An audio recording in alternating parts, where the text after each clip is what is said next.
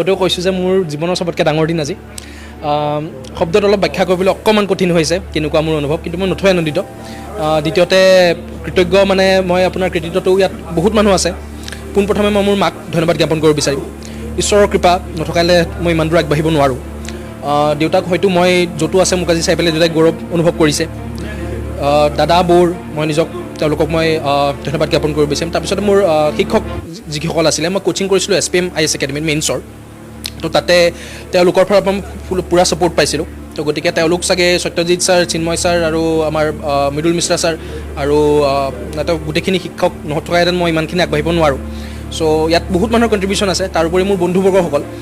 তেওঁলোকৰ লগত সদায় মানে যিহেতু এটা দীঘলীয়া এটা যাত্ৰা দীঘলীয়া এটা প্ৰচেষ্টা তো গতিকে তাত মই সদায় মানে ধৰক কেতিয়াও যাতে ইম্পেচেণ্ট হৈ নাযাওঁ কেতিয়াও যাতে মনত ছেল্ফ ডাউট নাহে গৈ পেলাই লগৰখিনিয়ে মোক খুব মটিভেট কৰিছিলে গৈ পেলাই মই তেওঁলোকৰ লগত সদায় দৈনিকভাৱে দিনতো এবাৰ আবেলিও এবাৰ লগ পাওঁ কথা বতৰা পাতোঁ চ' ইয়াত বহুত মানুহৰ কণ্ট্ৰিবিউশ্যন আছে আৰু বিশ্বনাথবাসী ৰাইজৰটো 100% তেওঁলোকক মই ধন্যবাদ জ্ঞাপন কৰিবই লাগিব ইয়াত মই এটা ক'ম যে